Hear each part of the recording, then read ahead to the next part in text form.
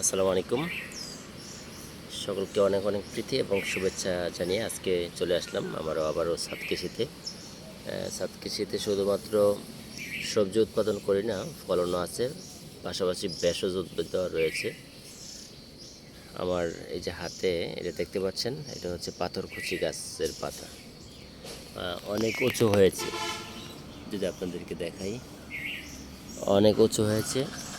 এই পাতাটি আসলে দেখতে সুন্দর একদিকে, আর অপর দিকে হচ্ছে চমৎকার একটি গুণাগুণ রয়েছে পাতাটার। আপনারা যারা গ্রাম দেশে থাকেন বা যারা বিশেষ করে ডাক্তারি সায়েন্সেও এটা প্রমাণিত, আমি পড়েছি অনলাইন থেকে, যে পাথরকুচি পাতার রস খেলে প্রতিদিন সপ্তাহ 10 দিন খেলে যদি কারো কিডনিতে পাথর হয়, সে আল্লাহ তাআলার এত কুদরতি সম্পন্ন গুণ সম্পন্ন একটি গাছ পাথরকুচি পাতা, যে পাতার রস খেলে সে কিডনির পাথর পর্যন্ত বের হয়ে যেতে সক্ষম হয়।